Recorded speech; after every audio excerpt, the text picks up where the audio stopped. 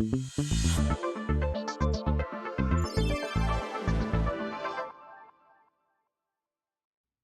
everyone, welcome back to the 9th episode of the Lucas and Lee The podcast. 9th? I thought it was the 10th last week. Yeah. What happened with that? What happened? So you're looking at a guy who passed college algebra with a D, so math has never been my strong suit. I thought University of Pacific you had to have good grades to get in there.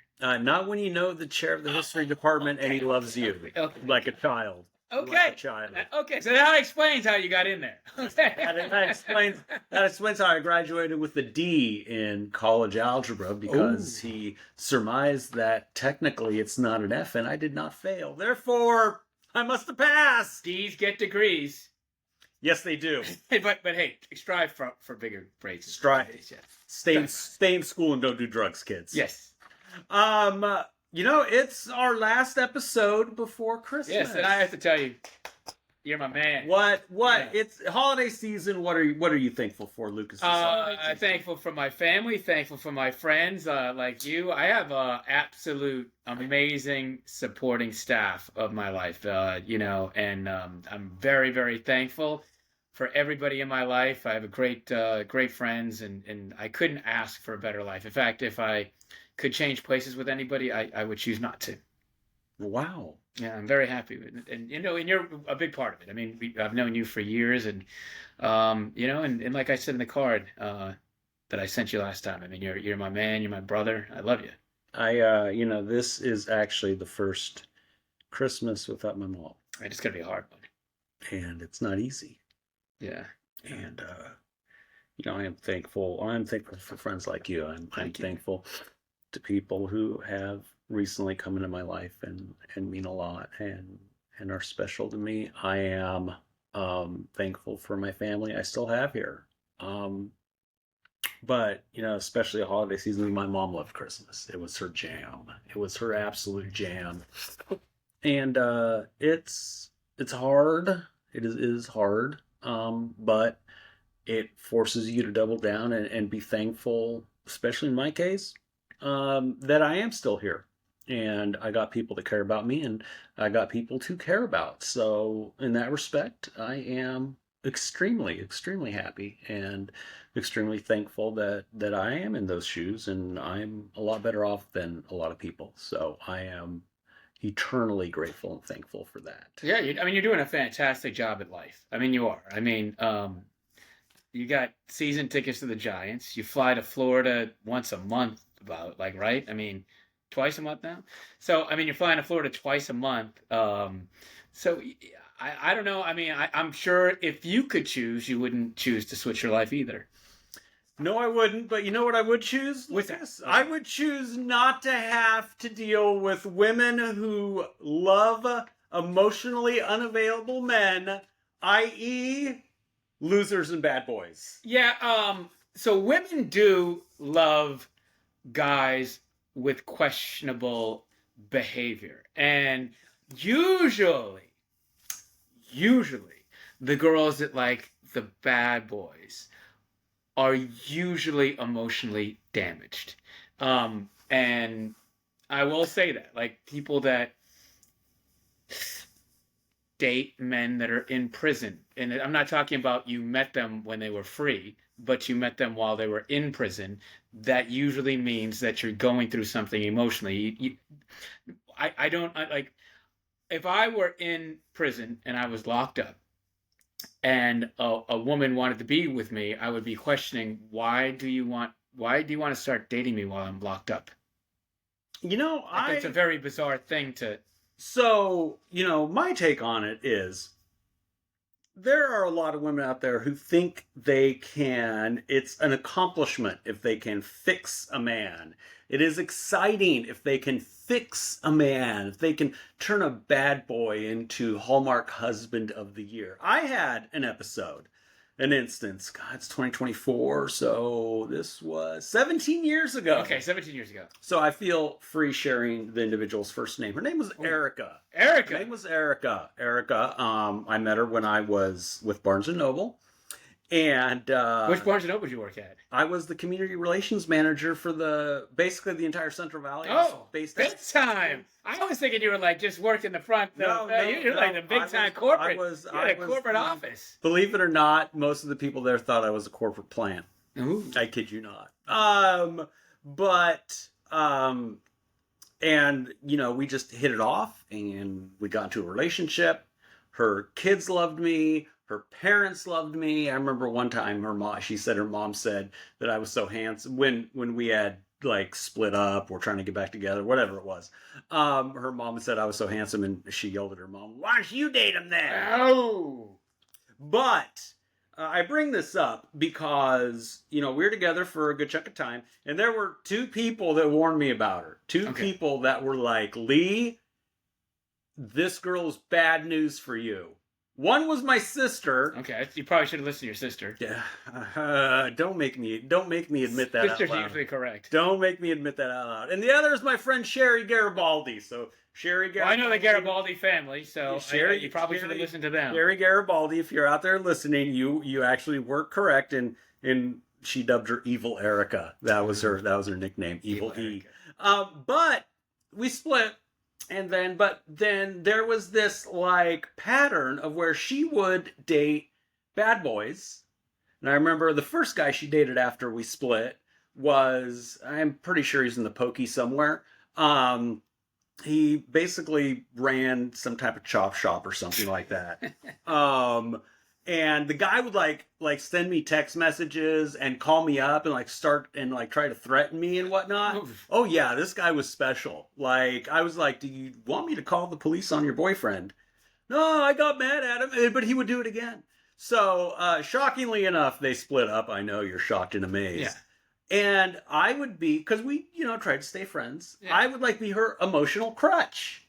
Let me go back to someone sane and normal. But when that got old, and it's not like we were dating or anything, but I was still her emotional crutch. We were still very close.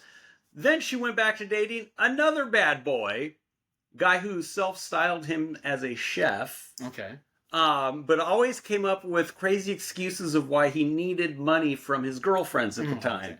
And my absolute favorite is, I remember we were talking one day and she's like, "Oh, you won't believe what happened." I'm like, "What happened?" Well, I had to send, I forget what the guy's name is. That's how memorable Chef Man. I had to wire him some money. Well, why'd you have to wire him some money? Well, he's a chef on a cruise ship in the Caribbean. And they got attacked by pirates. Oh. After I stopped laughing, I then came back and I'm like, "Oh, was he attacked by Johnny Depp in Orlando Bloom?" I was like, "You do realize that there are no pirate attacks in the Caribbean? I mean, do you want to Google it right now?" And there was just this pattern. And finally, I was just like, and it was a pattern that went on. We were friends for quite a while, and it was a pattern that went on for a while. And finally, I met my ex-wife, and she was demanding that she actually be in the wedding party. Ooh. She wanted to be in the wedding party. I was like, "Are you bananas? Are you absolute bananas?" And I did have an ex in a wedding party one time. It's not a wise choice. No. Not a wise choice. Definitely not a wise choice. No, if you have, don't put your ex in the wedding party. If you have put your member inside of someone, they probably shouldn't be invited to the wedding at all. It's going to be my guess. Yeah. Probably not on the guest list. That's bad juju. And when you put it that way, if you have seen someone naked and it wasn't in the gym shower / locker room, they do not belong in your wedding. Also, if you've seen a woman naked or a man naked and you're dating them and you had sex with them, they're never going to be your friend, ever. Because once you cross that line, you can't undo it.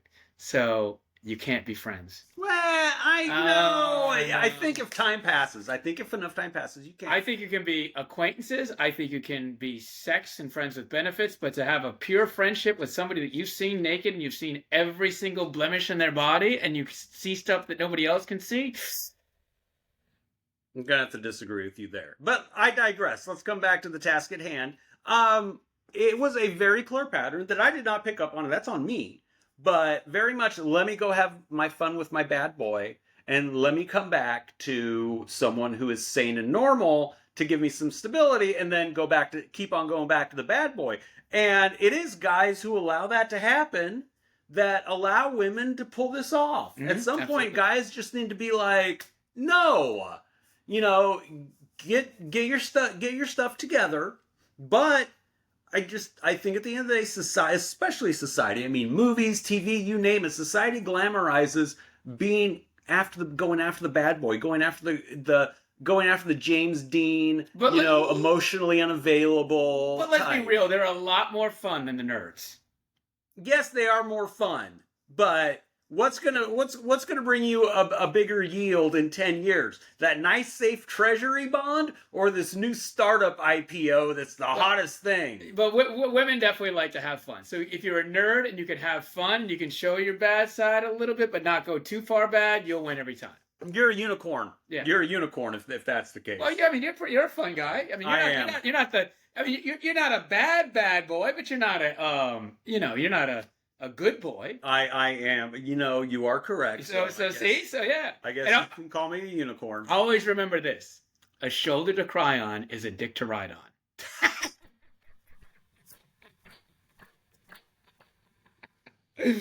Our podcast has now hit new lows, Lucas. Our podcast has hit new lows. With that saying, yes. Oh my. Well,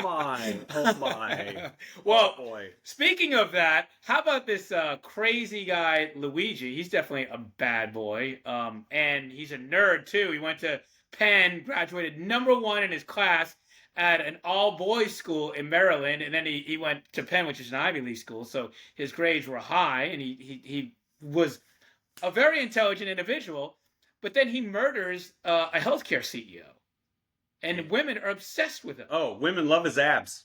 Women absolutely love his abs. They love everything about him. They're obsessed with him. There's like fan pages for Luigi. His name's Luigi, by the way. Well, first off, the internet is just a weird place to start off with. It just is. And I will bring you today's example of internet people either going bananas or throwing someone to slaughter.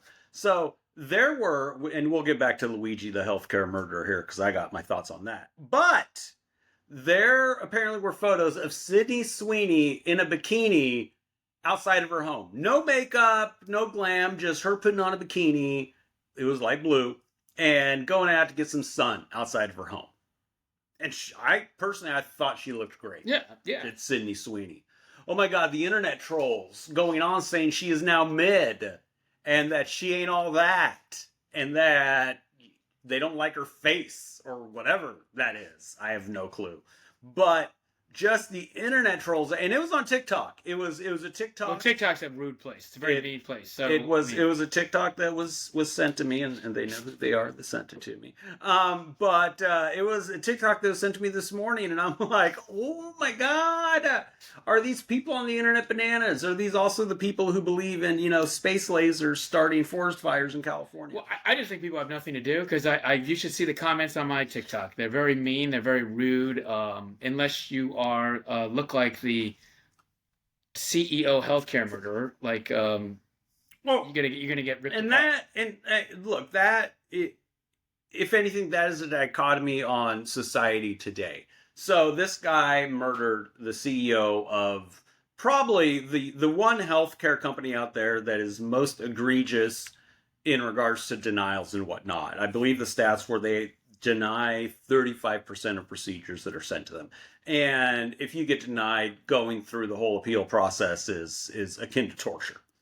And it really shows the lack of humanity, especially online. And online's thing is you can be a brave keyboard cowboy online because no one's seeing your face. Yeah. You can have an anonymous, screen name. You become really brave when nobody knows who you are. And look, I'll admit, United Healthcare at the beginning really botched this entire murder. As far as I believe they had like a meeting 2 hours after the murder that just went on like normal. Like nothing happened. Like nothing happened. There was nothing from United Healthcare about, in the immediate aftermath, there was just this gigantic vacuum of nothingness from United Healthcare. They went on like business as usual. We'll just bring in another CEO. And it was this entire vacuum that started to get filled up by, oh my God, look how handsome he is. And he killed a healthcare CEO and we hate healthcare CEOs. I get that. I get that people do not like healthcare CEOs, but he was a human. He was a dad. Yeah, he was going through a divorce, but he had 2 kids that cared about him. This, if you read the guy's bio, he comes from a small town in Iowa, worked his way up, worked in a slaughterhouse when he was in college. I mean, it's almost someone that you would be like, this is the American dream. This is what you want. Where you go to college, you work your way up, and you're now CEO of a corporation. And because it's a healthcare corporation, people think you're the Antichrist. Instead of treating him like the human that he is, he's a person.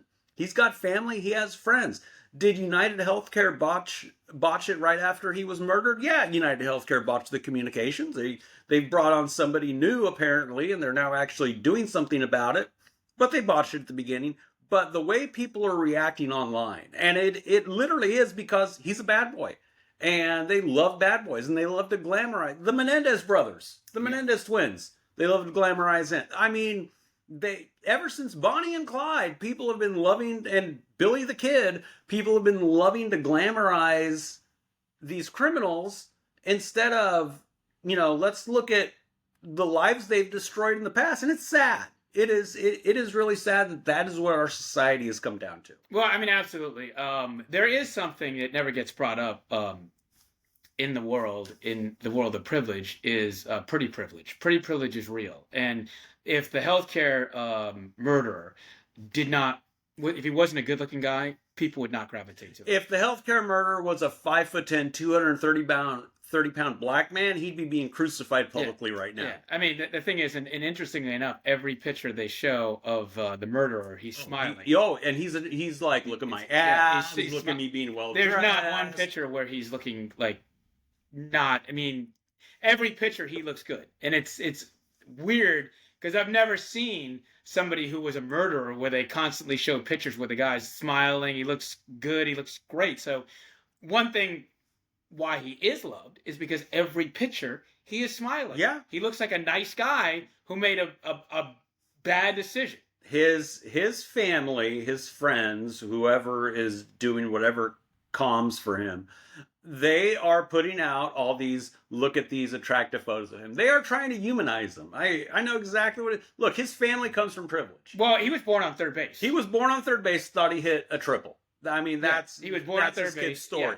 And if he didn't commit this murder, he would be a millionaire the rest of his life. Yes. Yeah. And look, his family, very privileged, and they know exactly what they're doing. They're trying to humanize him as much as possible because they know he did it. They know he's guilty, and they don't want to see him get the needle. Well, he should go to prison for life. He should be at least have.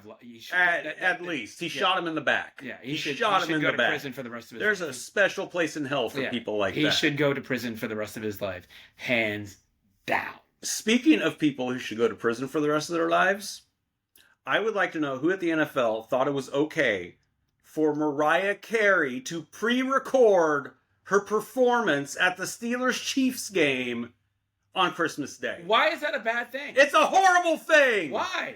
Okay, look. Do you know who is already going to be at this game?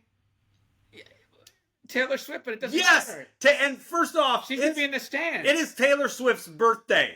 Today when we're recording this is. Yes, today, the day we're recording, is Taylor Swift's birthday. She won the most awards in Billboard music history last night, and she always has her moment. Every single day of the year is Taylor Swift's moment. And Christmas Day should be Taylor Swift's moment. No, she's not Miss Christmas. Yes, she's not Miss Christmas. She's going to be at the game. She's not Miss Christmas. They should just trot her down at halftime, and she can sing the biggest Christmas banger of all time. No, that's false. Christmas Tree That's Farm. That's false. There's one Christmas song that's 30 years old that is number one again.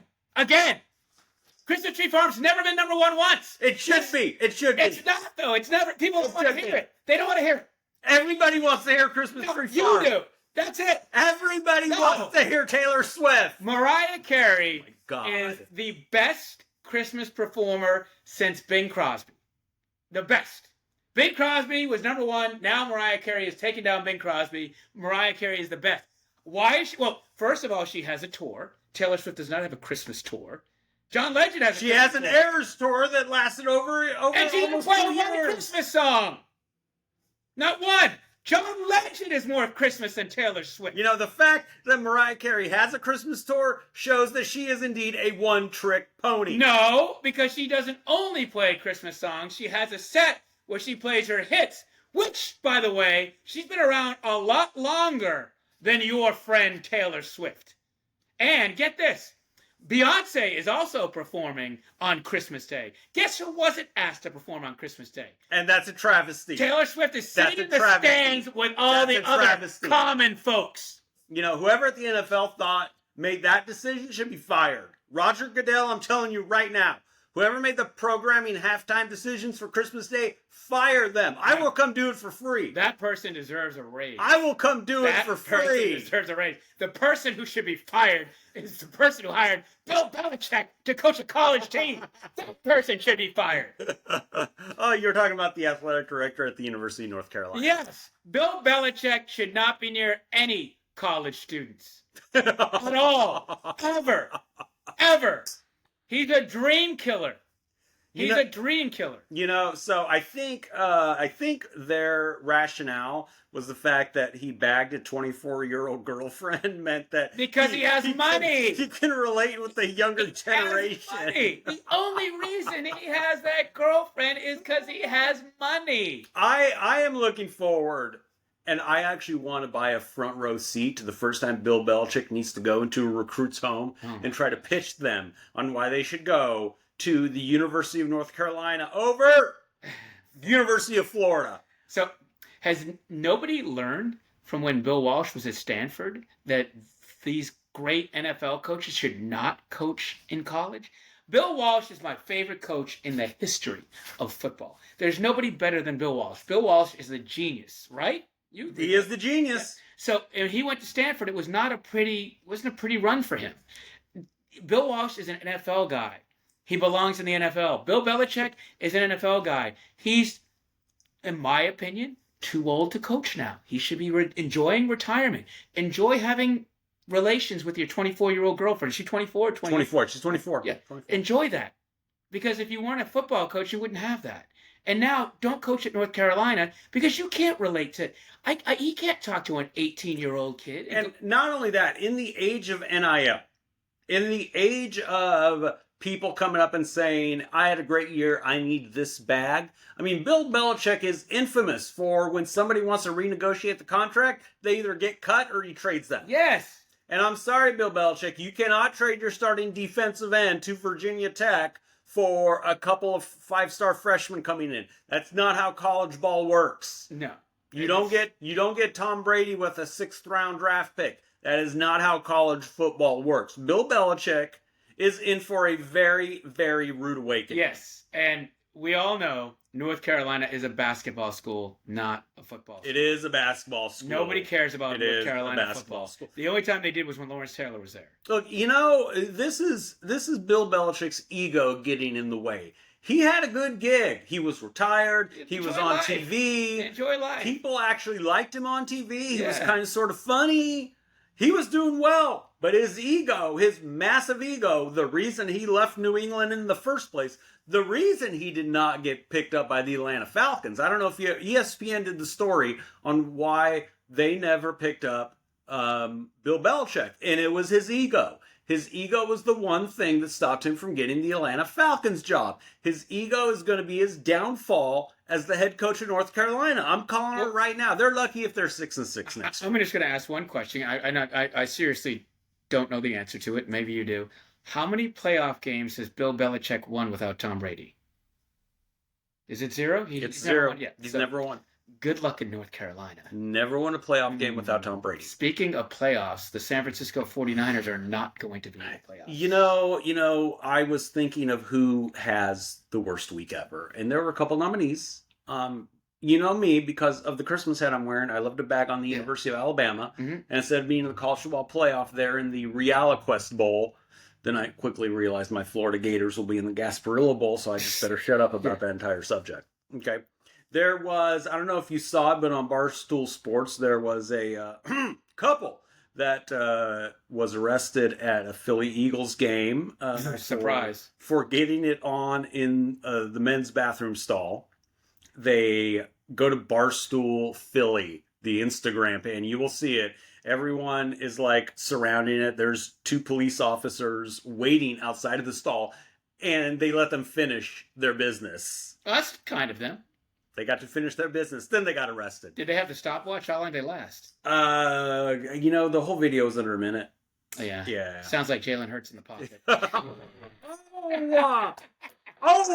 Bazinga! Ooh, but so are you? But no, the worst week ever award goes, after watching yesterday's game, to the San Francisco 49ers. I am so disgusted with the San Francisco 49ers as a whole. The one player who I think, we all know that Devondre Campbell is. Oh, he's toast. He's toast. He's hitting the unemployment line. Yeah. His agent's even firing him after that. He's awful for walking off the field. But Yes. you know who is just as bad is Deebo Samuel. Oh, give me the ball. Give me the ball. Deebo Samuel. So, but also I got to blame Shanahan on this. Receivers always cry about not getting the ball. That doesn't mean you have to abide by their rules and give them the ball. When the 49ers go to George Kittle, they win. When Brock Purdy does a little dink and dunk to George Kittle, the 49ers win. So Kyle Shanahan or the offensive coordinator, I don't know whose call it was, but they abided by Deebo Samuel's demand to get the ball, and that's one of the reasons why they lost. And Deebo Samuel dropped the ball in the end zone. I knew at that point in time when they kept forcing it to Deebo, they weren't going to win. So shame on the whole organization. You can't come out and say, give me the ball, and then drop a short touchdown. You just need to shut up. Deebo needs to come out and say, hey, guys, I'm an idiot. I just need to be quiet. Because he now looks like an idiot. I'm sorry, he does. Give me the ball. He got booed, and he deserved it. Oh, yeah, after he dropped that touchdown, I was booing. He deserved it. I don't like when players. I don't like players getting booed. He deserved that. Oh, 100%. He 100% did. Yeah. So, San Francisco, you guys had the worst week ever. Yes, the 49ers had the worst week ever. But one thing, I want to end this on a positive note. One thing I'm super excited about is the San Francisco Giants, Willie Adames, who was at the 49ers game, by the way. He was. I'm going to blame him for the loss. I am really excited about what he's going to do with the San Francisco Giants coming up this baseball season. And he's making that call to Corbin Burns. If the Giants get Corbin Burns, and our rotation is Logan Webb, Corbin Burns, and then we have Kyle Harrison. We'll also have Hayden Birdsong in there. In Logan Webb, that's a pretty good damn rotation. That is a damn good rotation. My season ticket money will be money well spent. But you know what I'm excited about? What's that? Thursday, I'm on a plane to Florida. Florida. Gonna go watch my Florida Gators take on the Tulane Green Wave in the Gasparilla Bowl. Is that the real name of the bowl? The Gasparilla Bowl, yes. So what does Gasparilla mean? So they have, apparently there was a pirate. There was a pirate, not the pirate that attacked evil your friend, friend. Not the pirate that attacked my friend's cruise ship, the Princess Cruise Lines. No, not that one. There's an actual pirate back in like the 1700s called Gaspar, and his home base was Tampa Bay. Oh, okay. So I want to say it's February, Tampa Bay has the Gasparilla Festival, which is like their version of Mardi Gras. And so it's the Gasparilla Bowl. Not only will I be going to the Gasparilla Bowl, but on Sunday, this is very highbrow of me. So the next Sunday. Next Sunday. December 22nd. December 22nd, I will be attending my first ever polo match. Oh, wow. It's very what do you wear to a polo match? I am thinking that does everyone remember the song "You're So Vain" by Carly Simon? Yeah. Ascot? Ascot. There might be an Ascot involved. So there's this famous video of the owner of Studio 54, Steve Rebell. You know yeah. So he owned Studio 54, and he used to not let people in and let people in and go out and pick and choose. Mm-hmm. And there's one guy out there, and he's like, "Hey, what do you think?" He goes, "You're wearing an ascot. You look like an asshole." I'm kidding. I will not be wearing an ascot, but I'm very. Okay. I've never been to an actual that's live actually very polo cool. It's very match. cool, very cool. I'm very excited Yeah. about attending the opening season. It is the opening day for polo season Oh, I in, didn't realize in that. Sarasota. So I Okay. will be attending. I'm excited about Yeah. that. Well, I can't wait to hear the reports when you get back to town. Fabulous. And the next Lucas and Lee podcast. Everyone, we will not have another podcast until after Christmas. So Yes.